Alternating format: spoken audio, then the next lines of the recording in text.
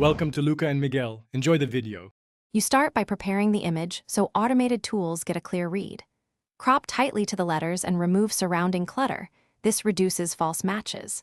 Once done, straighten any skew and boost contrast enough to separate strokes from background. Make sure the image is at least 300 px across for single words, or use higher DPI for longer lines. Save in PNG or JPG. Editors like Photos or Preview are fine. Now you're ready to run a font identification tool. Next, run identification checks with more than one method to triangulate an answer. Upload the whole word to an image matcher, then upload isolated letters to improve accuracy. Some tools prefer single glyphs. Once you have results, compare the top 5 suggestions and inspect distinguishing features.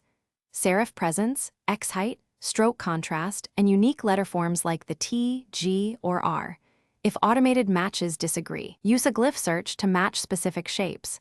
Keep notes of prompts. Finally, verify the best matches by testing them in your design context. Type the original text, check spacing, kerning, and optical weight.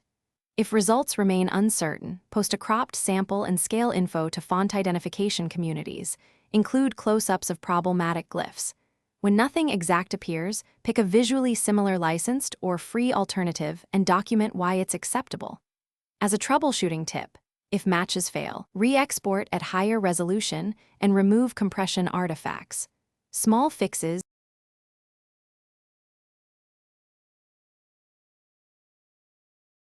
Thanks for watching and please subscribe. It's the best investment you'll ever make.